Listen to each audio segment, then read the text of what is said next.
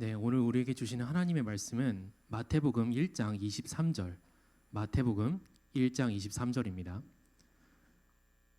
네, 한 구절이므로 우리 다 찾으셨으면 합독하시겠습니다. 네, 합독하시겠습니다.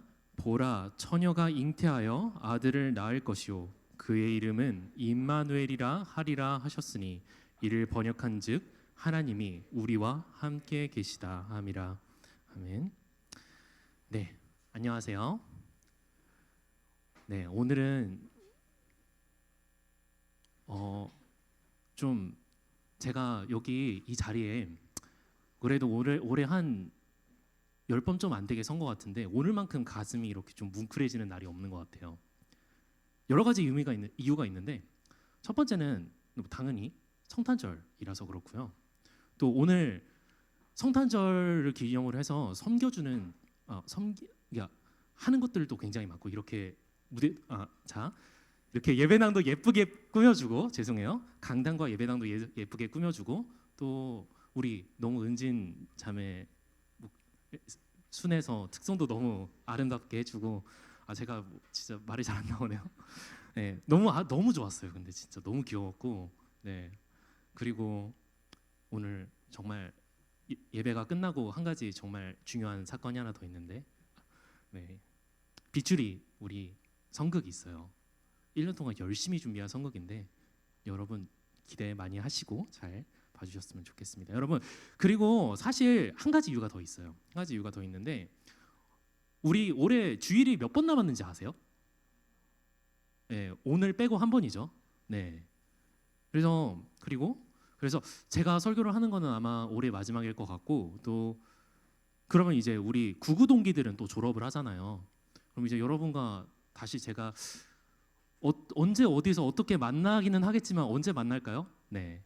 그래서 좀 기약 없는 좀 기다림이 좀 될 것 같아서 여러분 오늘 무슨 말씀을 좀 전해야 되나 많이 생각을 했습니다. 많이 고민을 했어요. 그래서 어떤 말씀을 전할까 생각을 하다가 좀 말이 길어지는데 제가 처음 여러분이랑 이렇게 제가 6월달에 처음 여러분한테 와서 여러분한테 이 말씀을 좀 진짜 같이 좀 나누고 싶다라는 그 말씀이 사실 있었습니다. 그래서 이번 기회에 이 말씀을 좀 같이 나누고 싶다라고 생각을 했습니다. 네,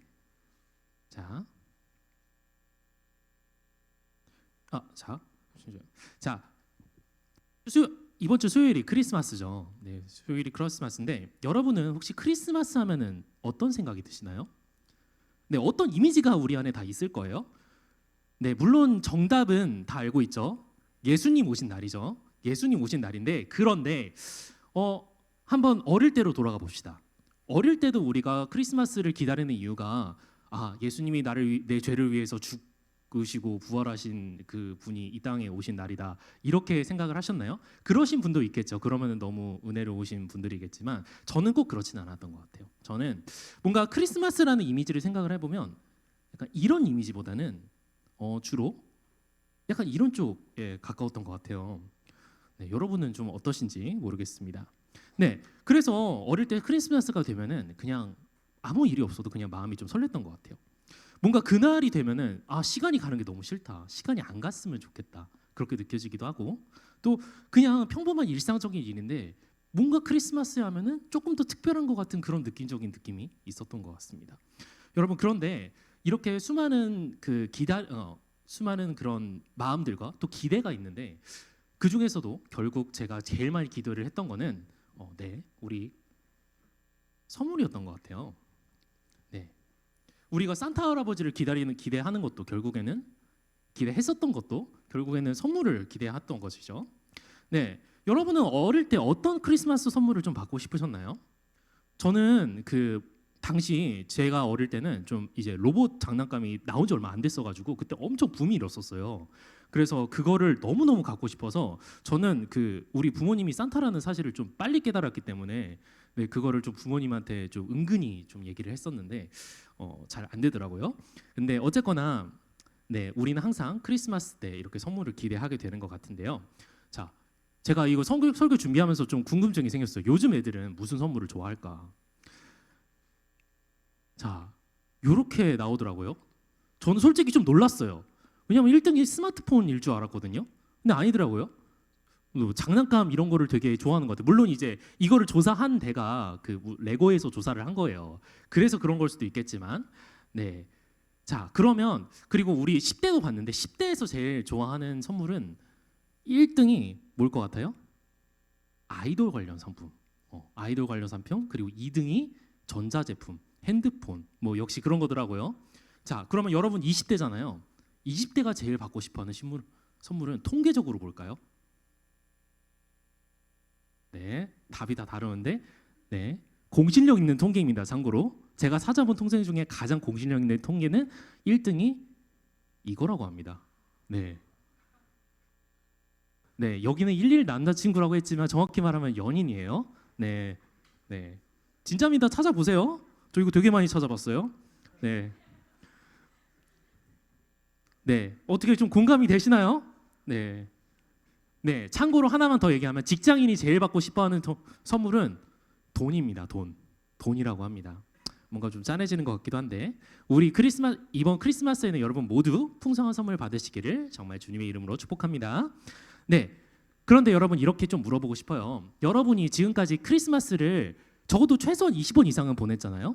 그런데 그동안 정말 수많은 선물들을 여러분이 받았을 텐데 그것들 중에 혹시 아직까지 갖고 있는 거 있나요? 집에 있는 거 있어요?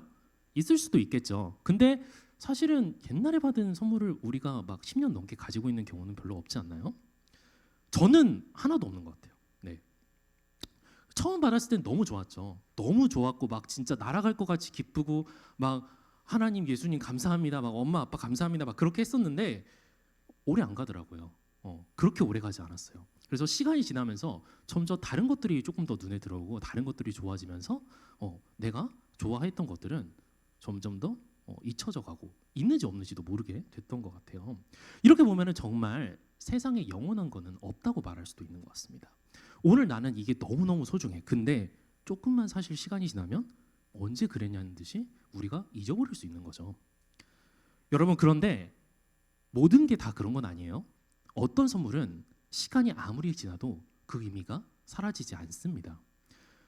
반대로 거꾸로인 거예요. 처음 받았을 때는 잘 몰라. 이게 얼마나 좋은 건지 잘 몰라.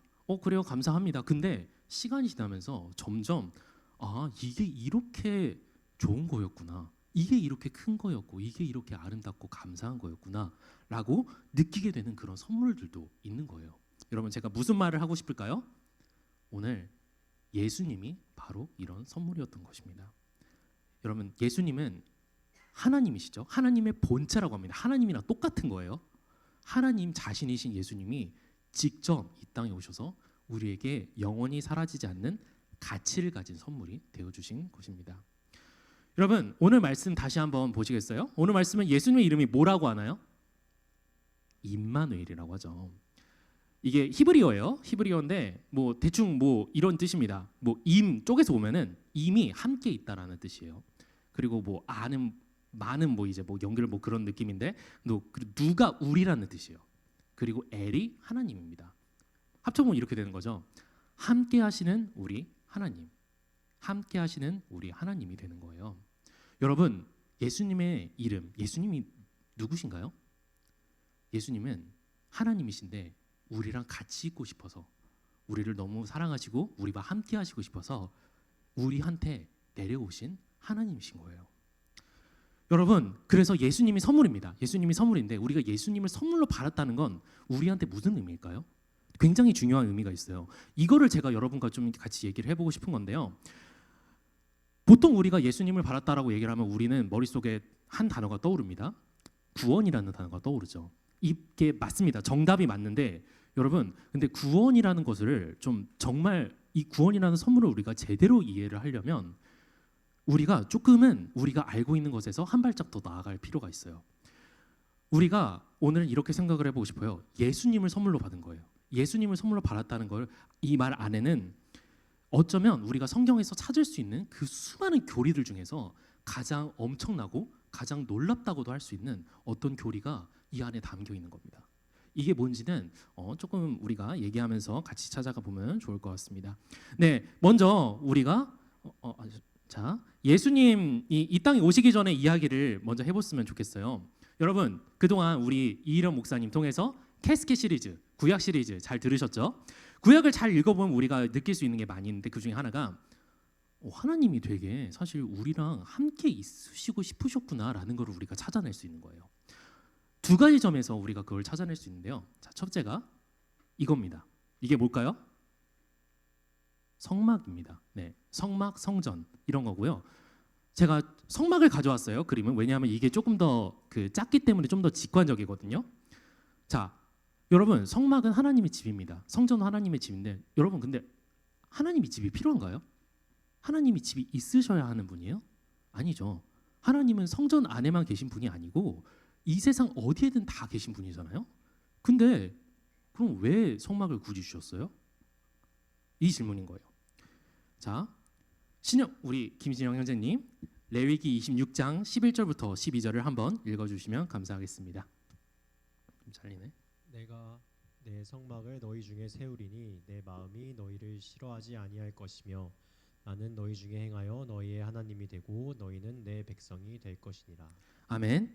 네, 여러분 하나님이 이 성막이라는 것을 우리한테 주신 이유는 단 하나였습니다. 이스라엘 백성 가운데 하나님이 계시면서 그들과 함께 하신다라는 것을 가장 실제적으로 보여주는 방법이 성막을 주시는 것이기 때문이었기 때문이에요. 자, 그리고 하나 증거가 더 있습니다. 그게 뭐냐면 율법이에요. 율법 너무 복잡하잖아요. 너무 조항들이 많아. 근데 구약에서 하나님이 왜 그렇게 이스라엘한테 그런 복잡한 법들을 주시고 계속해서 요구하신 게 있어요? 뭘 요구하셨죠? 거룩해라, 거룩해라, 거룩해라. 내가 거룩하니까 너네도 거룩해라. 왜 그렇게 말씀하셨을까요? 제가 출애굽기 29장 44절부터 46절을 한번 읽어보겠습니다. 내가 그 회막과 제단을 거룩하게 하며 아론과 그의 아들들도 거룩하게 하여 내게 제사장 직분을 행하게 하며 내가 이스라엘 자손 중에 거하여 그들의 하나님이 되리니 그들은 내가 그들의 하나님 여호와로서 그들 중에 거하려고 그들을 애굽 땅에서 인도하여 낸 줄을 알리라. 아멘. 여러분, 하나님이 이스라엘에게 거룩하기를 요구하셨던 이유는 그래야만 하나님이 그들 중에 계시면서 함께 하실 수 있었던 거예요. 하나님이 함께 하시기 위한 조건이 바로 율법이었던 겁니다. 근데 이스라엘이 이 조건을 지키는데 성공했나요? 실패했나요? 실패했죠. 그리고 율법을 지키는데도 실패를 했을 뿐만 아니라 성전에 계시는 하나님을 올바르게 예배하는 데에도 실패했어요. 그래서 이런 방법으로는 하나님이 정말로 이스라엘과 함께 하실 수가 없었던 겁니다. 그런데 하나님의 진짜 계획은 사실 따로 있었습니다. 하나님 자신이 사람이 되어서 더 이상 그분과 함께할 자격을 잃어버린 이스라엘을 향해 이제 직접 그분이 찾아오시는 거예요. 이거를 우리는 한마디로 성육신이라고 부릅니다. 이렇게 사람이 되어서 우리 가운데 찾아오신 하나님이 누구시죠? 예수님입니다. 자, 여러분 여기 예수님을 그린 두 가지 그림이 있어요. 혹시 둘 중에 어떤 그림이 더 실제 예수님의 모습을 닮았을까요? 저는 잘 모르겠습니다. 왼쪽이라고 하는 사람도 있고 오른쪽이라고 하는 사람들도 있어요. 한번 생각해 참고로 하면은 왼쪽은 우리가 주로 잘 아는 그림이고 오른쪽은 이제 인터넷에 이제 떠돌아다니는 거기는 한데 이제 당시 평균적인 얼굴을 만들었던 거래요. 근데 저는 모르겠어요. 어느 쪽에 더 가까우셨을까요? 저는 모르겠지만 중요한 거는 어떻게 생기셨느냐가 아니죠. 중요한 거는 예수님이 얼굴을 가지고 있었고 우리랑 똑같은 몸을 가지고 있었다는 얘기인 것입니다. 여러분, 예수님 입장에서 사람의 몸을 입는다는 것은 어떤 의미였을까요? 이거랑 관련된 좀 유명한 질문이 하나 있습니다. 예수님도 우리처럼 아이 시절을 다 보내셨을 거란 말이에요. 그러면 이렇게 예를 들어볼 수 있어요. 예수님이 아이 때 뛰어놀다가 넘어지시는 일이 일어날 수 있었을까요? 일어날 수 있어. 그러면은 예수님은 전지하신 하나님인데 그걸 알고 넘어지셨을까요? 모르고 넘어지셨을까요? 알고서 좀 헷갈리기 시작하죠? 네, 정답은 모르죠. 성경에 안 나와 있죠. 근데 신학자들은 예수님이 실제로 그 한계를 받으면서 그러니까 그 그러니까 모르고 넘어지셨을 수 있다고 얘기를 합니다. 왜요? 예수님이 하나 사람의 몸을 입었다는 거는 그냥 몸만 입었다는 게 아니에요. 그 몸이랑 같이 따라오는 수많은 것들이 있는데 수많은 인간적인 제한과 약함과 고통, 아픔 이런 것들을 다 그 몸과 함께 받아들이셨다는 의미이기 때문입니다. 그리고 언제까지 말하면은 신학자들이 이제 예수님이 인간이셨기 때문에 죄의 유혹을 실제로 받으셨다라고 얘기를 합니다. 이 말은 뭐예요? 죄를 지으실 수 있었다는 거예요. 죄를 지으실 수 있었다는 겁니다. 하나님이신 예수님이 말이죠. 네, 이처럼 예수님 입장에서 성유씨는 극단적인 낮아지심이었던 겁니다. 여러분, 예수님도 우리처럼 슬플 때 우셨습니다. 배고프면 힘들어하셨고 좋은 일이 생기면 기뻐하셨습니다. 사랑하는 사람들에게 버림받으셨을 때 실제로 많이 마음을 아파하셨습니다. 전능하신 하나님이 인간들 사이에 들어오셔서 그들과 함께 울으시고 웃으셨습니다. 성유 씨는 이처럼 예수님의 입장에서는 극단적인 낮아지심이었지만 반대로 우리 입장에서는 형언할 수 없는 은혜가 되었던 것입니다. 여러분, 근데 여기서 끝날까요? 여기서 예수님의 낮아지심이 끝나요? 아니죠. 안 끝납니다. 얼마 전에 한국교산 목사님이 이거에 대해서 설교를 해주셨어요. 예수님이 이미 이 땅에 오신 것만으로도 성신의 은혜만으로도 이미 우리한테는 분에 넘치는 은혜고 예수님 입장에서는 너무 큰 낮아짐이에요. 근데 여기서 끝나지 않았고 어디까지 가셨나요? 십자가까지 가셔야 했습니다. 인간이 가장 갈 수 있는 가장 낮은 곳이죠. 고통스럽고 비참하고 내가 사랑하는 사람들이 모두 나를 떠나서 내가 혼자가 되어지고 심지어 내가 사랑하는 나의 아버지 하나님마저도 나를 버리시는 그 십자가의 죽음의 자리까지 예수님이 낮아지셔야 했던 것입니다. 여러분, 그런데 왜 이렇게 예수님은 낮아지셔야만 했을까요? 우리는 이렇게 알고 있죠. 우리를 구원하시기 위해서.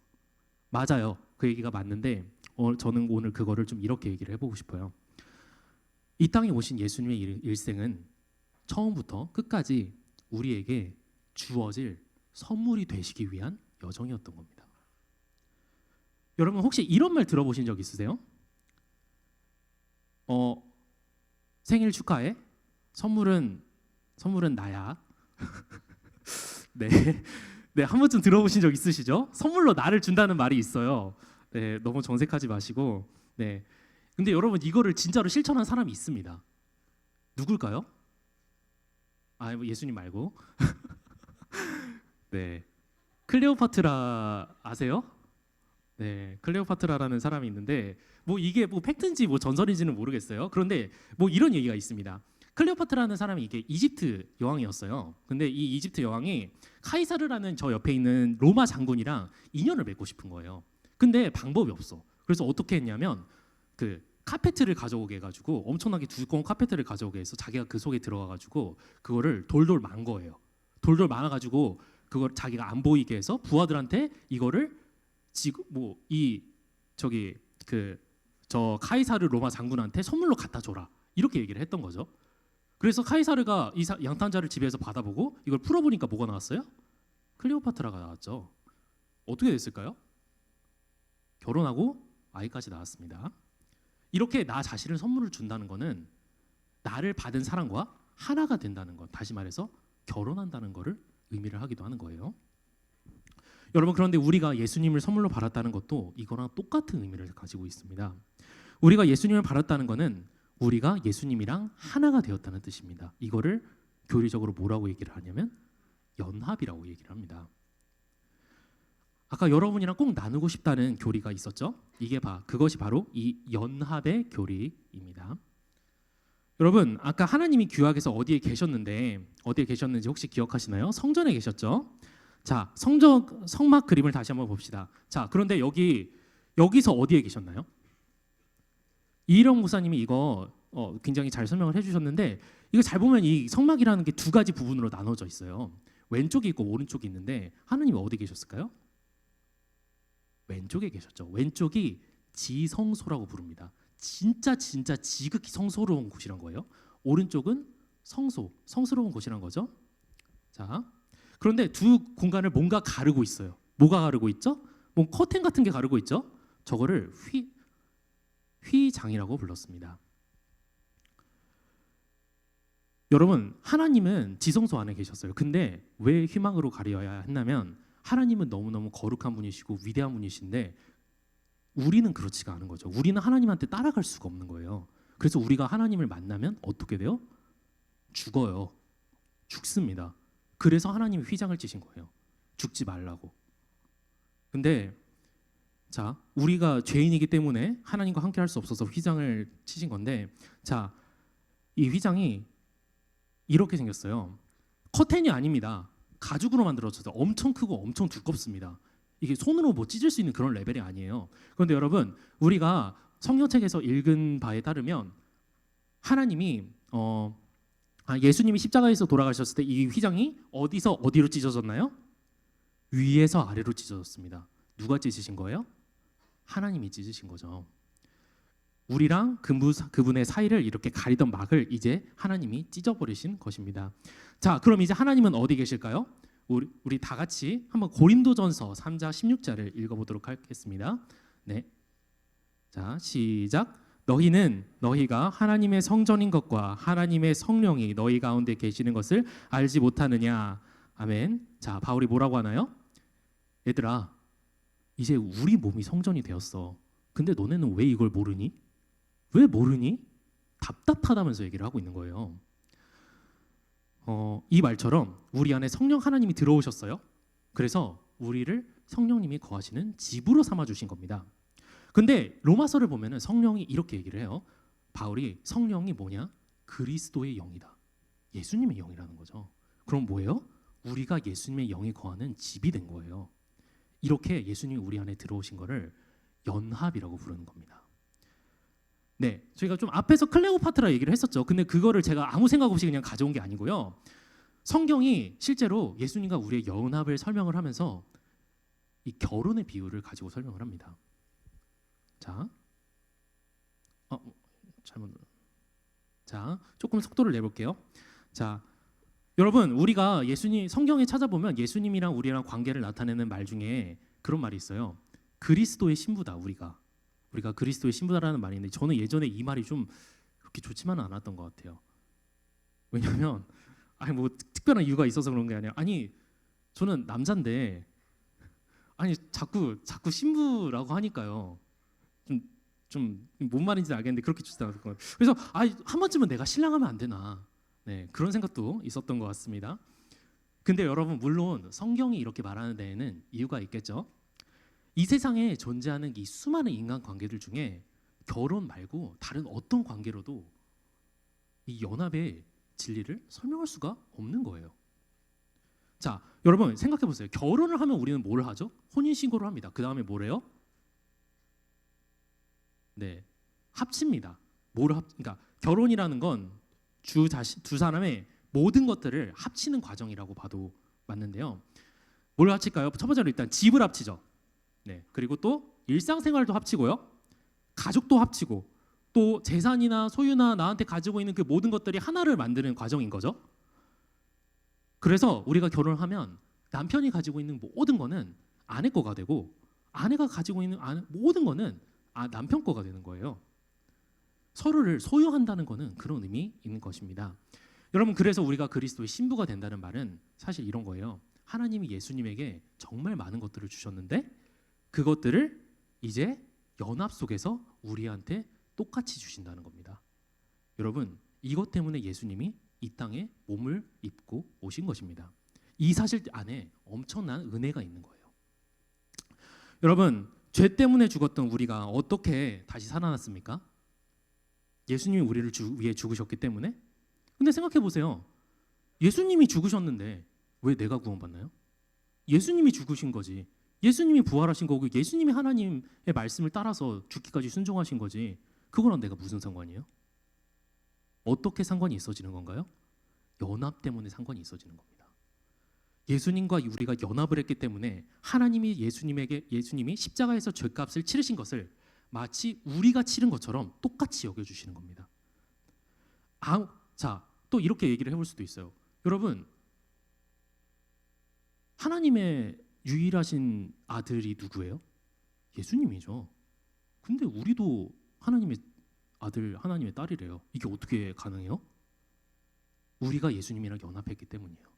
그래 우리가 예수님이랑 연합했기 때문에 우리를 예수님 안에서 하나님의 아들, 하나님의 딸로 삼아 주시는 겁니다. 또 이렇게 생각을 해볼 수도 있어요. 우리는 사실 아무것도 하나님한테 우리는 뭐 필요할 때 하나님한테 요구 기도 많이 하시죠, 여러분? 이거 근데 사실 우리가 그거가 자격이 있어서 하는 기도인가요? 아니죠. 우리는 하나님한테 아무것도 요구할 자격이 없어요. 하나님은 아무것도 들어주실 이유가 없고요. 그러니까 정확히 냉철하게 보면 그렇습니다. 그런데 왜 우리한테 하나님이 우리의 기도에 응답하시나요? 예수님 안에서 우리한테 필요한 모든 것을 주시겠다고 약속을 하셨기 때문이에요. 그래서 하나님이 우리한테 주시는 이 모든 은혜는 바로 예수님과의 이 연합 관계 속에서 주어지는 겁니다. 이거를 뭐 다시 얘기를 하자면 예수님이 아까 우리한테 주신 선물이라고 얘기를 했잖아요. 근데 이 선물은 그냥 선물이 아닌 거예요. 그 안에 하나님이 우리에게 주시고자 하는 그 모든 것들이 들어있는 꽉꽉 들어찬 종합 선물 세트다. 이렇게 생각을 할 수도 있는 것입니다. 여러분 지금까지 얘기한 내용들을 좀 정리해 보도록 하겠습니다. 자, 2000년 전에 오늘 하나님이 이 땅에 오셨습니다. 가장 높은 곳에 계시던 예수님이 가장 낮은 곳에 오셨습니다. 그리고 가장 거기서 더 낮아지셔서 비참하고 수치스러운 죽음의 자리까지 낮아지셨습니다. 성육신부터 죽음과 부활까지 예수님의 인생 전체는 우리를 위한 선물이 되시는 과정이었습니다. 왜요? 우리랑 같이 있고 싶어서 이 땅에 오셨던 그분이 이제 연합을 통해서 영원히 우리와 함께 하시는 예수 그리스도 임마누엘의 하나님이 되어주신 것입니다. 네, 여러분 이제 말씀을 맺기 전에 마지막으로 한 가지 얘기를 나누고 싶은데요. 제가 아는 어떤 목사님이 해주신 얘기입니다. 근데 저는 이 얘기를 듣고 굉장히 큰 깨달음을 얻었던 것 같아요. 아, 연합이 이런 거구나라는 좀 깨달음을 얻었습니다. 그래서 잊히지가 않는 것 같은데 한번 들어보세요. 우리 교회는 아니고 다른 어떤 교회에 여자 전도사님이 계셨어요. 근데 이 전도사님이 제자 훈련을 했습니다. 대상은 이제 그 60살 이상 나이 드신 권사님들이었어요. 근데 그 중에 이제 첫 시간에 우리가 보통 어떤 걸 하죠? 뭐 나눔을 하잖아요. 저는 이렇게 살아왔고 저는 저렇게 살아왔고. 그래서 내가 살아온 인생의 이야기들을 나누는데 그 중에 굉장히 어떤 한 권사님이 계셨는데 그분은 어떤 분이었냐면 굉장히 누가 봐도 단아하고 너무너무 조신해 보이고 야 저분은 정말 세상에 풍파를 하나도 안 맞으셨구나 이렇게 생각이 되는 그런 분이 있었다는 겁니다. 여러분 근데 이분이 자기가 나눌 차례가 되니까 이렇게 얘기를 하시는 거예요. 저는 사실 30년 동안 우리 집에 있는 남편이랑 각방을 쓰고 있습니다. 이혼이 아니에요. 30년 동안 같은 집에 살면서 각방을 썼다는 겁니다. 왜요? 알고 보니까 젊을 때 남편이 외도를 했다는 거예요. 네. 근데 엄청 싸우고 용서를 하긴 했어요. 근데 그래도 그 이후로 남편이 가까이 오니까 막 소름이 끼치는 거야. 그래서 도저히 이 남편이랑 내가 한 방에서 살 수가 없다. 그래서 30년 동안 같은 집에서 살면서 다른 방을 썼던 것입니다. 전도사님이 이 이야기를 듣고 숙제를 바로 내주셨어요. 어떤 숙제를 내주셨냐면 권사님 일주일 안에 어떻게든 다시 남편분과 같은 방을 쓰십시오. 대단하시죠? 어떻게 이런 숙제를 내주셨을까요? 저는 못 내드릴 것 같은데. 근데 더 대단한 건 이 권사님이 순종을 하셨다는 겁니다. 참고로 이거 실제 이야기예요. 제가 보증할 수 있습니다. 네. 그 다음 주에 모임 때 권사님이 오셔서 이렇게 말씀하시는 거예요. 전도사님, 제가 진짜 솔직히 못할 것 같았는데 30년 만에 처음으로 남편이랑 한 방에서 같이 있었습니다. 이 권사님이 집에 가셔서 이렇게 생각하시는 거예요. 내 나이 이제 60이 넘었고 내 인생 이제 얼마 안 남았다. 근데 내가 30년 동안 이렇게 살아왔는데 더 이상 내가 이렇게 살 수가 없어.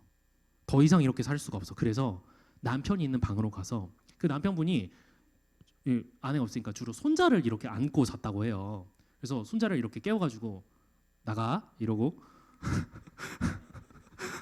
네 그리고 남편의 발치에 가만히 누웠다는 겁니다. 자, 남편분이 여기서 얼마나 놀랐을까요? 아니 30년 동안 이 사람이 날 곁에도 못 오게 했는데 어느 날 갑자기 한마디 나한테 말도 없이 왜 이러는 거지? 뭐지 이게? 엄청 충격받았겠죠. 그래서 다음 날 권사님이 빨래를 널러 이렇게 빌라 위에 이제 올라가시는데 갑자기 남편이 옆에 이렇게 쑥 오는 겁니다. 와가지고 빨래 바구니를 권사님이 들고 있는데 그걸 탁 뺏는 거예요. 그러면서 이렇게 얘기하는 겁니다. 아니 당신이 이런 걸 들면은 어떡해? 이런 거 내가 들어야지. 앞으로 이런 거 들지 마. 이렇게 얘기를 하는 겁니다. 그리고 뭐랬냐면 밖으로 나가서 고기를 사왔대요. 고기를 사와서 안에 잘 이렇게 구워가지고 안에 입에 이렇게 넣어주면서 이렇게 말하는 거예요. 여보 우리 오래 살자. 행복하게 오래오래 살아야 돼. 행복하자. 그때 권사님 안에 응어리 졌었던 30년 동안의 서름이 한 번에 터져 나왔다고 합니다. 권사님도 울었고 남편도 당연히 울었고 제자훈련 자리에서 그 이야기를 듣던 모든 사람들도 눈물바다가 됐다고 해요. 여러분 이 이야기는 우리한테 뭘 말해줄까요? 결혼이라는 것이 뭔지, 결혼의 부부의 연합이라는 것이 뭔지에 대해서 두 가지 정도 얘기를 해줍니다. 첫 번째, 아무리 합법적인 부부가 결혼을 하고 한 집에 산다고 해도 얼마든지 남만도 못한 사이로 20년, 30년을 살 수가 있다라는 거예요. 그런데 한 가지가 더 있어요. 둘째, 그렇게 남만도 못한 사이로 살던 부부가 단 하나의 계기, 단 한 번의 순간으로 인해서 어느 순간 언제 그랬냐는 듯이 다시 한마가 될 수 있다는 겁니다. 여러분, 제가 이 얘기를 왜 했을까요? 하나님과 우리의 관계가 바로 이렇기 때문입니다. 여러분, 우리는 예수님과 연합했어요. 영원히 하나가 되었습니다. 그런데 이제 예수님이 우리를 떠나시지는 않아요. 떠나시지는 않지만 참고로 여기서 예수님을 성령님으로 바꿔서 봐도 똑같습니다. 우리가 예수님이랑 같이 살면서도 남만도 못한 사이로 살 수 있는 거예요. 그런 거를 혹시 생각해 보신 적 있나요? 근데 반대로 우리가 남만도 못한 사이로 예수님이랑 살다가 어느 순간 갑자기 언제 그랬냐는 듯이 다시 한번 사랑의 관계로 돌아갈 수 있다는 겁니다. 신기하지 않나요? 이것이 바로 연합이 가지고 있는 신비라는 거예요. 구약에서 호세아 선지자는 이렇게 얘기를 합니다.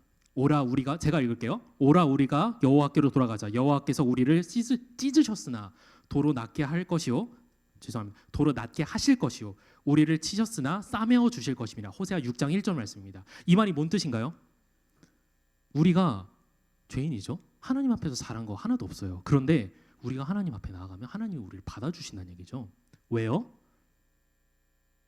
우리가 예수님과 하나가 되었으니까요. 우리 안에 예수님이 계시고 우리가 예수님 안에서 영원히 하나님과 이어졌기 때문입니다. 여러분은 예수님이 여러분 안에 계신다는 사실을 인식하면서 살아가고 계신가요? 물론 우리가 인식하지 않는다고 해서 예수님이 내 안에 없는 거 아니에요. 하지만 우리가 그분을 계속해서 인식하고 기억하지 않으면 어떤 일이 일어나냐면 우리가 예수님이랑 같이 살면서도 남만도 못한 사이로 같이 살 수 있는 거예요. 그런데 반대로 내가 지금까지 내 인생 거의 전부를 예수님과 남만도 못한 사이로 살아왔다. 그럼에도 불구하고 지금 우리가 그분을 기억하고 예수님 나를 받아주십시오 하고 돌아가면 다시 한번 그분과 사랑의 관계로 돌아갈 수 있다는 것입니다. 사랑하는 빌더스 여러분, 그리고 특별히 우리 졸업을 앞둔 99 동기 여러분, 앞으로 여러분과 제가 또 어떤 자리에서 만나게 될지 모르겠어요. 여러분 기분이 어떠신가요? 이제 정든 공동체를 떠나서 새로운 믿음의 여정을 시작하게 되실 텐데 그런 여러분을 위해서 오늘 말씀을 준비를 했습니다. 여러분 처음에 말했듯이 우리 인생에서 영원한 거는 별로 없는 것 같아요. 공동체도 영원하지 않고 지금 내 옆에 있는 친구, 내 옆에 있는 연인도 영원하지 않고 또 내가 좋아하고 사랑하는 것들도 언젠가는 나를 떠나갑니다. 하나님을 향한 우리의 마음, 사랑도 항상 똑같지만은 않아요. 오늘 하나님을 너무너무 사랑하다가도 내일 다시 작은 시련에 넘어지는 게 우리의 모습 아닌가요? 이렇게 많은 것들이 변해가는 우리 인생 가운데 유일하게 변하지 않는 것이 뭘까요? 어제도 오늘도 동일하신 분, 우리와 함께 하시는 임마누엘의 하나님. 이제 죽음조차 우리를 그분의 손에서 떼어낼 수 없다고 말하는 그리스도 예수의 사랑입니다. 여러분, 여러분의 길이 어디로 이어지든 여러분이 어떤 자리로 이제 다시 한번 나아가시든 그 모든 곳에서 영원히 함께 하시는 예수님의 사랑이 여러분을 놓지 않는 사실을 기억하시기 바랍니다. 여러분 앞에 놓인 새로운 믿음의 여정을 주님의 이름으로 진심으로 축복합니다. 빌러스 여러분, 즐거운 크리스마스 되세요.